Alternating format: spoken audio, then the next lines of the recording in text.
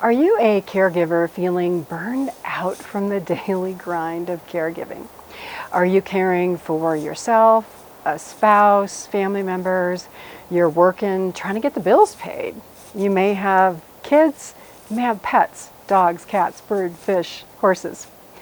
Caregiving stress is serious. Many times it's likened to PTSD, which is post-traumatic stress syndrome. How many of you are stressed? Raise your hand. I'll share the top 3 concerns that caregivers share with me. You don't have to let caregiving overwhelm your life. Solutions exist. I'm Pamela Wilson. I solve caregiving problems. For the past 20 years, I have been on call 24/7, helping caregivers and aging adults and responding to caregiving emergencies. It's a crazy life for caregivers. The stress is constant, it's unrelentless, it's ongoing, and honestly, sometimes it seems like it is just never going to end. Research shows that caregivers actually become more ill and more stressed than the persons for whom they care. How many of you now are caregivers that have more health problems today than you did before you began caregiving? It's common. Physical and emotional stress are experienced both by caregivers and care receivers. So how do you manage stress? Let's see if you find any of these 3 concerns in common. So the first one is loss and grief. You are worried about the health of your loved one. You're wondering what's next. What's next week, next month, next year? How are you going to handle this when it gets worse? And it's interesting because worrying makes more negative things happen, and I can use myself as a perfect example. When my mom was alive, I was a caregiver for her, and she knew I would always be home on Sunday evenings. So Sunday evenings, my phone would ring and it would be, hey, can you come over and I need help with this, or take me to the emergency room. So I would automatically expect a phone call from Mom on Sunday nights and to just rush over there and handle things.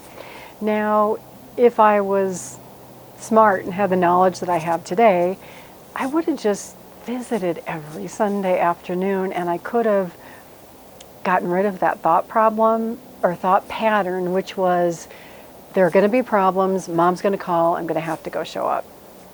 So how as caregivers do we banish this thinking that there's always going to be an emergency, that something always is going to come up? And actually we do that by gaining confidence and sharing information with others. Research actually proves that as a positive. The number 2 caregiving worry is honestly just inexperience. You don't know what you don't know. If I knew when my parents were alive what I know today, their care situations would have been very different, but I didn't know, and there was no one for me to go to. So the inexperience, and I'll give you an example. So let's say that, and this was actually a true situation, parents move to assisted living and your mom has dementia, but your dad doesn't. The staff at the care community say to you, well, you know, we think your dad's a little impatient with your mom who has dementia, and we're thinking that they probably shouldn't be in the same room anymore. And you're thinking, oh, Dad is never going to agree to that. But what you don't realize is that caregivers in assisted living and caregivers in other professions they're mandatory reporters.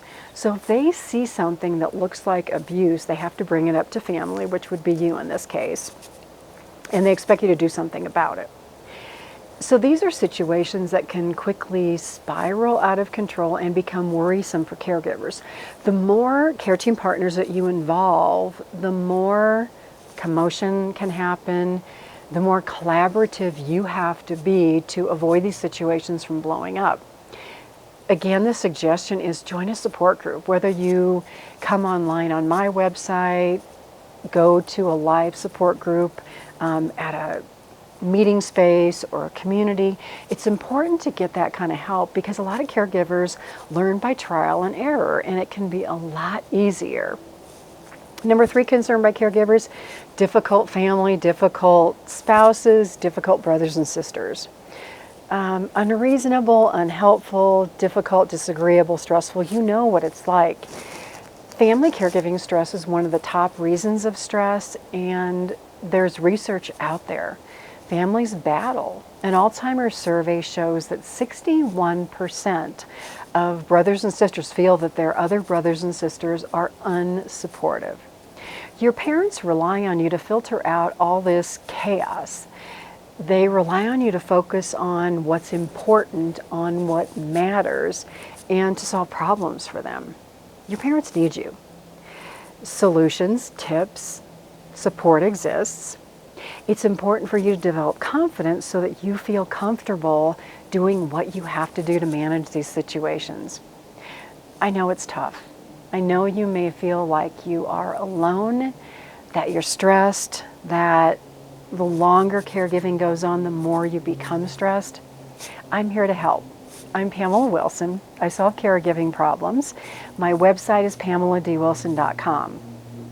If you found this information helpful, I'd appreciate a like, a love, comment. Share with me your top one caregiving concern, and please share this video. 1 in 4 people are caregivers, and they're looking for this type of support and assistance. Thanks for sharing your time with me. I'll see you in the next video.